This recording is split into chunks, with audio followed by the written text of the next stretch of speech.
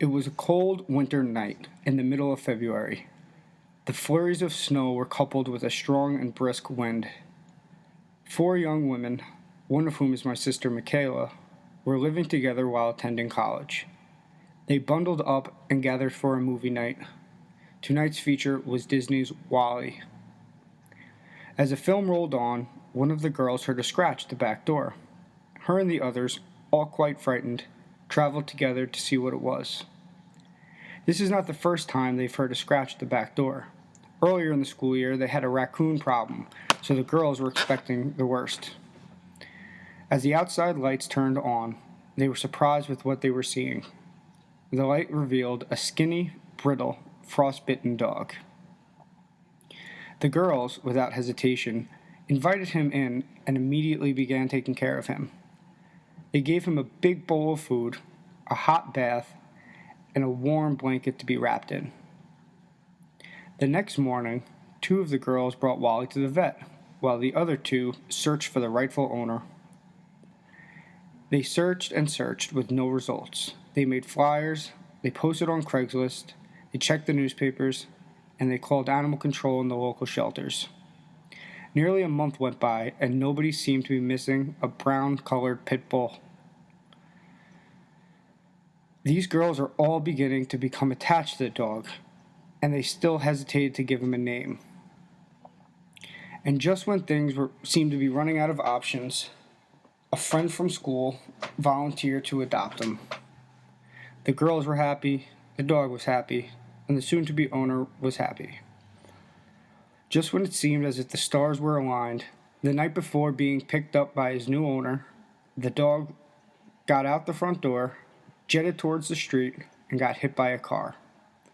To make it worse, the driver didn't even stop. The dog was hurt. Bad. The girls were riddled with guilt and sadness.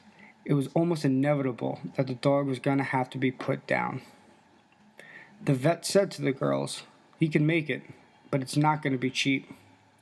The girls, being college students, surely did not have the money to pay for this.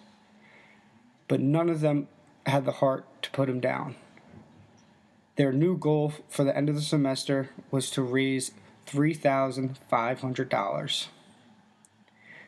By using Facebook, a website built by a friend, and a PayPal account, the girls successfully raised over $5,000 within only 2 months.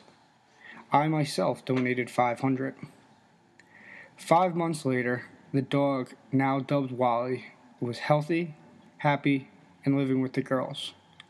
All seemed well, and yet another dilemma faced the group of friends. They realized that the school year was coming to an end, and with this, so did their apartment lease. The girls were not questioning who was going to take WallE with them, but rather whose parents were going to allow them to take WallE home.